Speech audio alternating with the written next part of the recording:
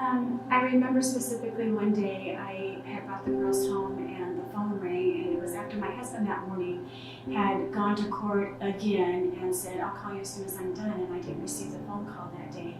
And that afternoon the girls got home from school and Ada County Jail popped up on the caller ID, and I didn't get to it in time. My daughter answered it and she said, "Mommy, it's a jail." And so I answered the phone then and heard that Dad was in jail and wasn't going to be released until his next court hearing, and I needed to be able to help him get out of jail this time again. And this wasn't the first journey to jail. It was a series of that through our life. So it was the emotional trauma for those girls and for all the children. We raised 5, and to not know whether Dad was going to be home that night or not, to not know how long he was going to be in jail this time or not. I was left without a car, without any finances in the checking account, and I had a 3-day notice to pay or vacate on the door when I got home as well. I was married very young. I was married at age 17. I had my daughter right before I turned 18. And my kids' dad, he was very controlling, very abusive. And I would go to work with bruises on my face and have to cover them up very well. I would lie to my employee that I had been hit with a softball, playing around with the kids.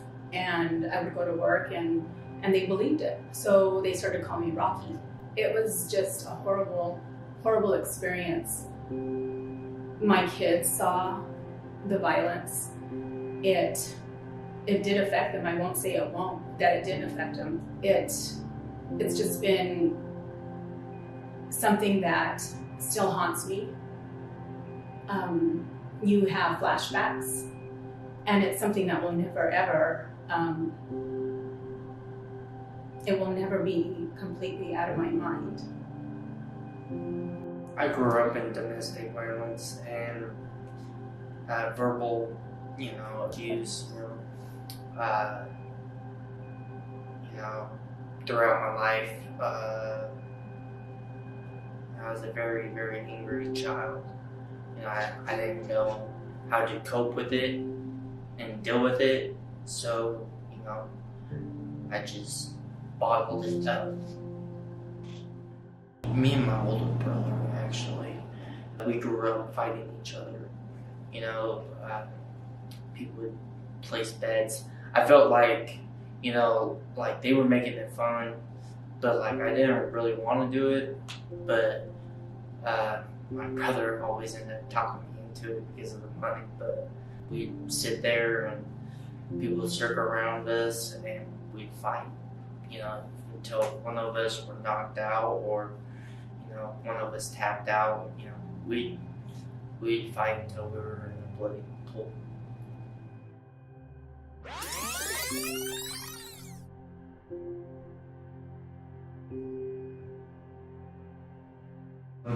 I'm Colton. I live in Canyon County with my girlfriend and her family, and I'm 20, almost 21. I am Tricia. I am the Operations Director at Advocates Against Family Violence. I am Virginia Fuentes, Board Member of Advocates Against Family Violence. I am Christine Contreras, and I am the Shelter Director at Hoopsdorf for Advocates Against Family Violence. I am Kimberly Dugan, Executive Director at Advocates Against Family Violence. AAPV was founded in 2005 after the tragic death of Angela Young right here in Canyon County. And we've been going strong ever since. This last year was our 15-year anniversary of helping and empowering individuals to become absolute survivors. At AAPV we have, right now we've got 16 programs and classes that we're able to offer to each individual on their own personal journey as a survivor. Everyone's journey is their own, and so by offering a multitude of services and programs, we're able to help each one of them, whether it would be through the case management with a service specialist, or through the courts, or our teen outreach program, the shelter program, our housing program, and then our on-site counselor, who all of it is absolutely free.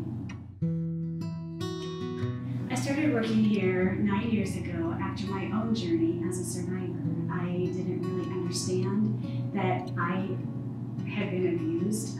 I have my little disclaimer, I was pinned against the wall just the one time, but one time is one time too many. And emotional, spiritual, financial, every other area that you can be abused in was where the abuse was at. And I stayed because I was being a good wife, thought that I was doing it for the children, and what I didn't understand was trying to save them from coming from a broken home. They were already in a broken home. And so once their father went to prison, then that was my ticket, and I knew that I had to make that separation, and I was able to start my own personal journey as a survivor.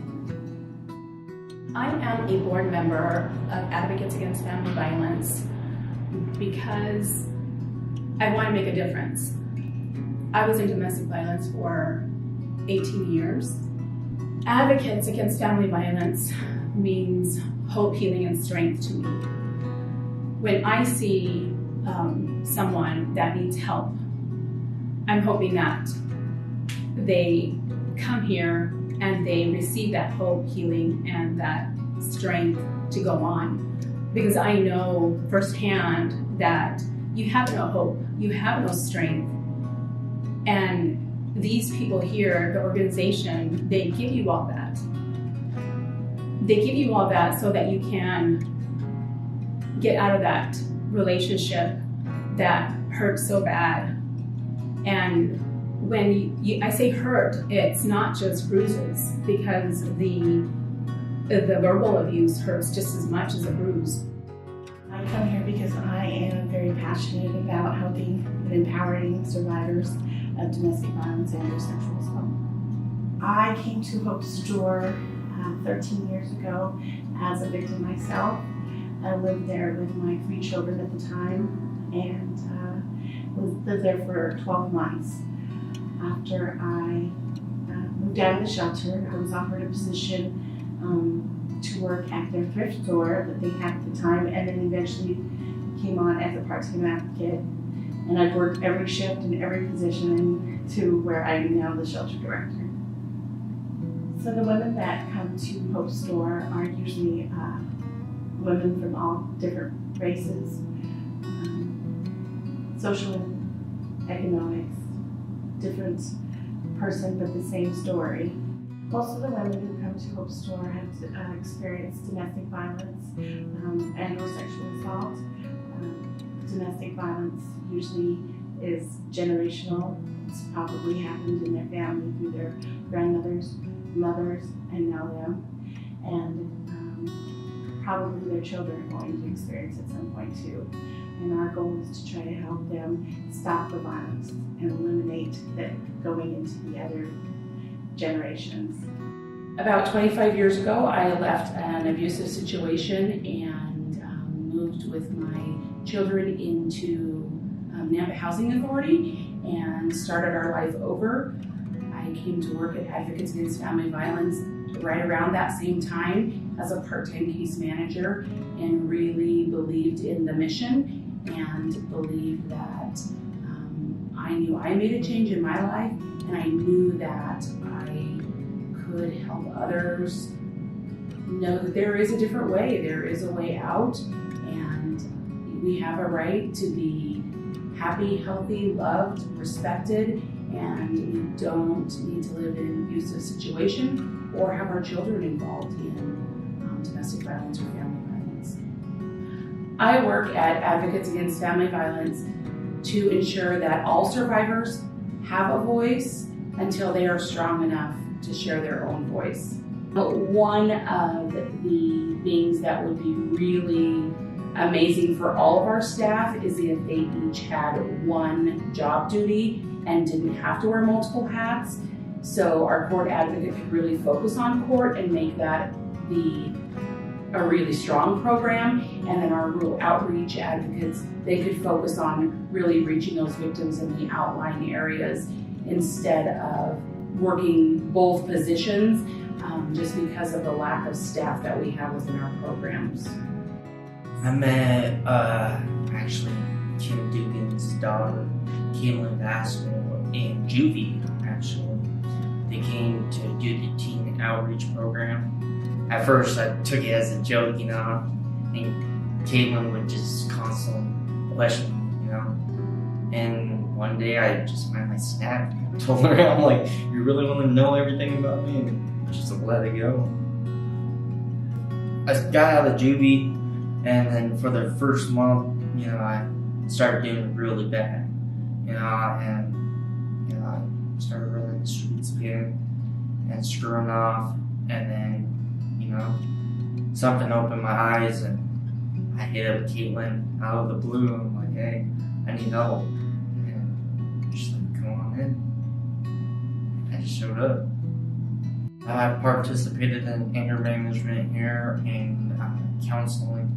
I completed the whole anger management, and then counseling I was doing like once a week, right? And yes, I've changed a lot. Think about things, you know, instead of just saying, screw it, let's go, you know? It's just more, I sit back and I'll think, is this the right thing or is this the wrong thing before I act upon it. Teaches you how to do like healthy relationships, you know, just in general, you know, like on a daily basis. It talks about stories on how other people what they went through, and then like it's sort of weird, you know, how it actually relates back to you and it helps looking at someone else's story.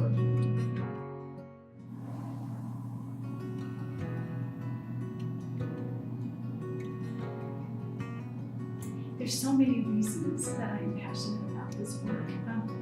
One, you go to the shelter at any day and you look at those women and you look at those children and you know that you're helping them on the road to survivorship and that they're not going to be the same people when they're in our care.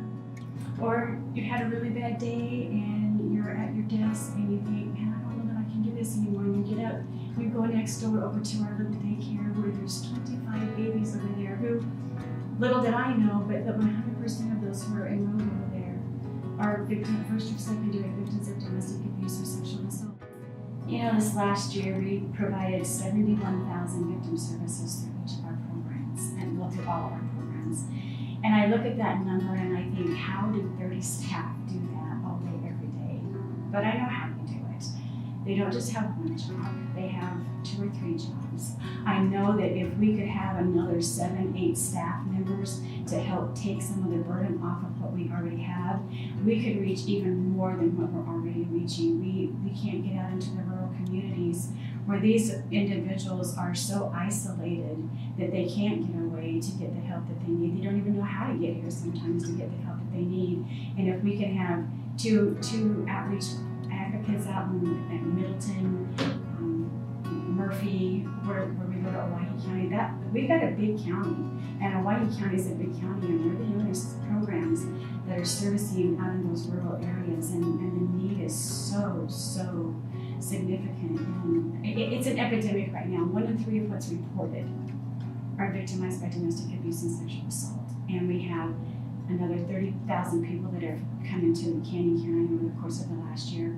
1 in 3 of them, that's another 10,000 for us to absorb and provide those services for. So the need is significant, and if I had all the money in the world like I want, and I already have everything down to the quarter of care, we would have our new shelter, we would have our new daycare, it would already be there. But my hope is one day, honestly, my biggest hope is that one day I can walk up to the shelter and I can put a lock on that shelter door and say, you know what? We did it.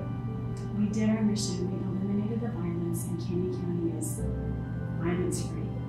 And that's my dream.